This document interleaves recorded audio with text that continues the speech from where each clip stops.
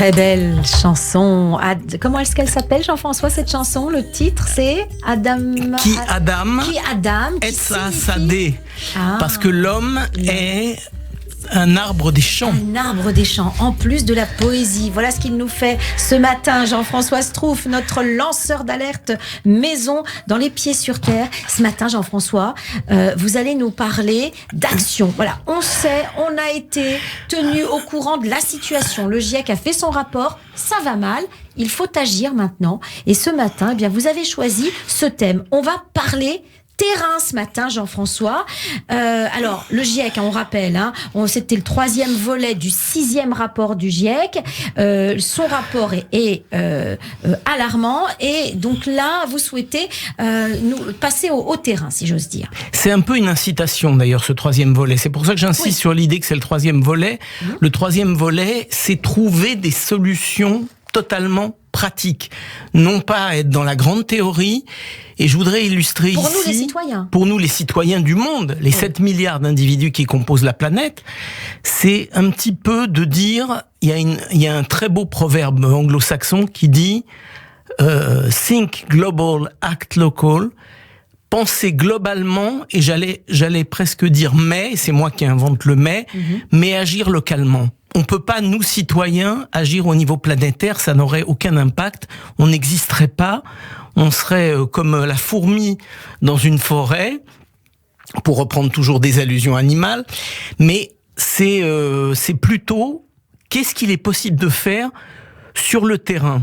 Et j'ai voulu aller me balader un peu sur le terrain, en substance. Et puis aussi, c'est une façon de donner à nos auditeurs, ceux qui nous écoutent, et puis les enfants, parce qu'il y a toujours cette minute pour les enfants à la fin, mais les enfants peuvent nous écouter et nous suivre nos conseils tout au long de cette émission, des gestes qui sont relativement simples et qui vont pouvoir avoir une action à terme, si on est tous ensemble. Absolument.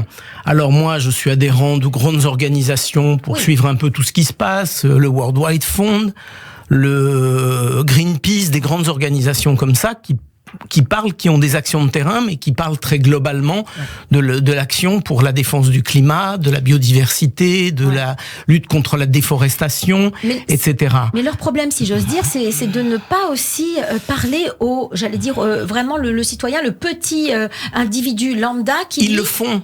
Ils le font sur le terrain. On ne sait pas réellement. Oui.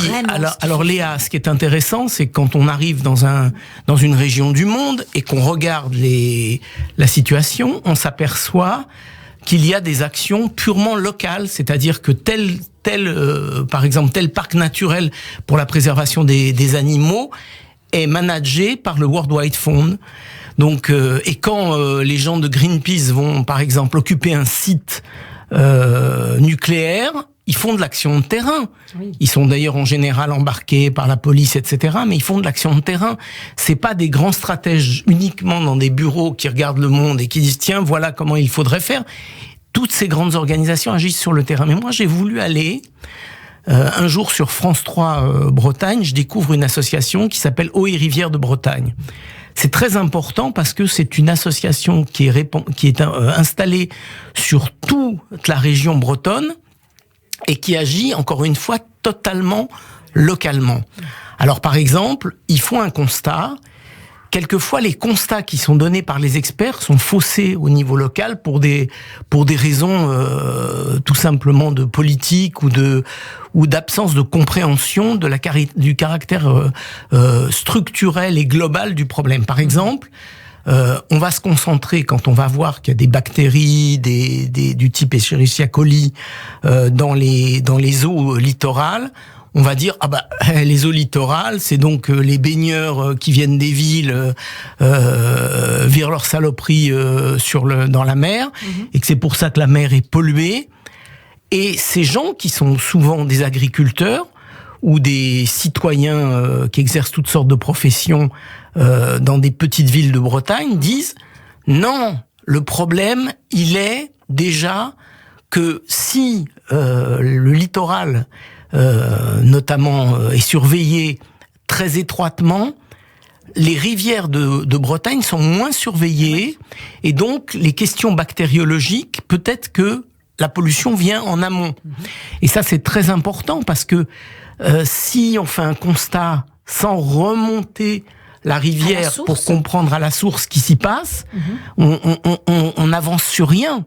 Oui, alors eux, ils vont faire un peu un rôle de vigie et d'alerte sur le terrain en allant voir ce qui se passe dans les rivières, en constatant par exemple une très grande mortalité piscicole, et ils vont dire s'il y a une mortalité piscicole, beaucoup de poissons, beaucoup d'espèces disparaissent des rivières, on les voit flotter le ventre à l'air sur les rivières, ce qui est pas normalement quelque chose de normal, qui est d'habituel pour les poissons, c'est qu'il y a une grande pollution dans les rivières, et s'il y a une grande pollution dans les rivières, il y aura forcément la même pollution dans la mer, et eux, avec beaucoup d'ironie, disent au pouvoir public, mais vous voyez bien que vous n'êtes pas cohérent, vous faites pas le job jusqu'au bout.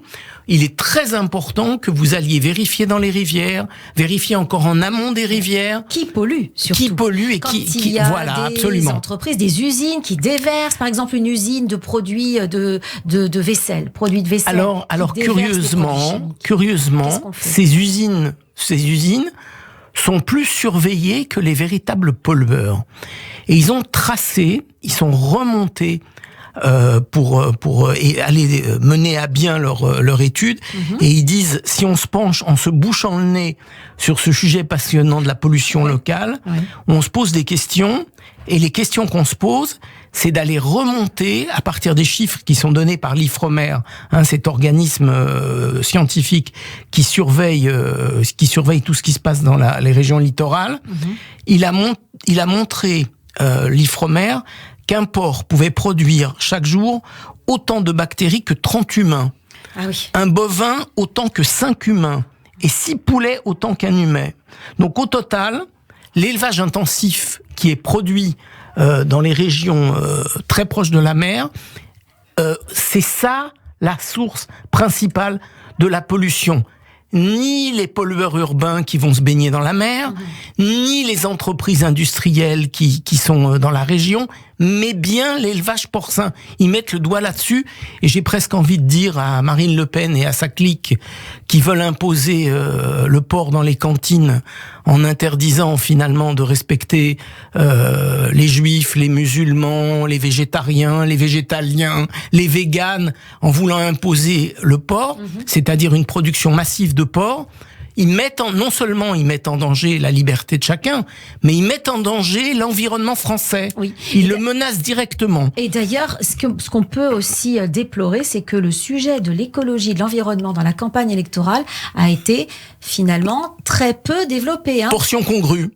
Donc ça n'est pas leur sujet de préoccupation premier. En tout cas, c'est ce qu'on a pu voir. Absolument. Alors vous dites c'est l'élevage intensif. Mais alors à partir de là, lutter contre l'élevage intensif, est-ce que ce ne serait pas de finalement proposer aux citoyens d'acheter à la base, d'acheter des produits bio, de la viande bio, des œufs bio, etc. Oui. Donc il y a de manière à diminuer drastiquement les ventes, les débouchés de ces usines. Alors ça c'est une action, mais le choix par exemple de Eaux et Rivières de Bretagne ou de la Fondation Nature et Environnement, quand ils agissent dans la région de Bretagne, qu'est-ce qu'ils font ? Ils observent les projets, et là ils nous donnent un exemple très pratique.